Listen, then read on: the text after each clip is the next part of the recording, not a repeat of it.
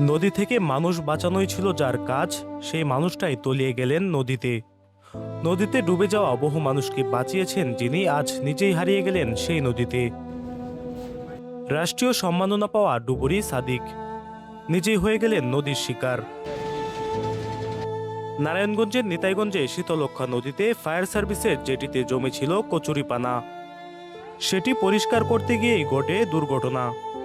বৃহস্পতিবার সকাল 11টায় স্পিডবোট থেকে হঠাৎ নদীতে পড়ে যান ফায়ার সার্ভিস কর্মী সাদিক। মুহূর্তেই তলিয়ে যান পানির গভীরে। খবর পেয়ে সঙ্গে সঙ্গে শুরু হয় উদ্ধার অভিযান। অংশ নেয় ফায়ার সার্ভিস, নৌবাহিনী, কোস্টগার্ড এবং বিআইডব্লিউটি এর ডুবুরি দল। দীর্ঘ 8 ঘন্টা ধরে নদীর গভীরে চলে খোঁজাখুঁজি। অবশেষে বৃহস্পতিবার সন্ধ্যা 7টায় নিতাইগঞ্জের কেরোসিন ঘাট থেকে উদ্ধার করা হয় সাদিকের মরদেহ। নিখোঁজ হওয়ার 8 ঘন্টা পর মেলে তার সন্ধান, তবে জীবিত নয়, নিথর অবস্থায়। সাদিকের বাড়ি রাজবাড়ী জেলার গোয়ালন্দ বাজারের কুমারকান্দি গ্রামে।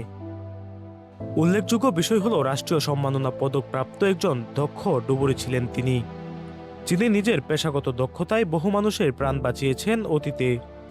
যিনি বছরের পর বছর নদীর বুক থেকে ফিরিয়ে এনেছেন অন্যের প্রাণ, শেষ পর্যন্ত নদী কেড়ে নিল তার নিজের জীবন।